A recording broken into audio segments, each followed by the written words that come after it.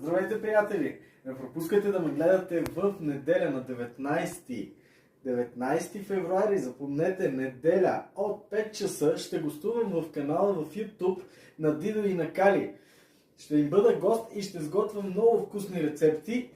Лично мои са рецептите. Ще направим едно много хубаво пилешко вретено, една хубава тортичка и една хубава салата.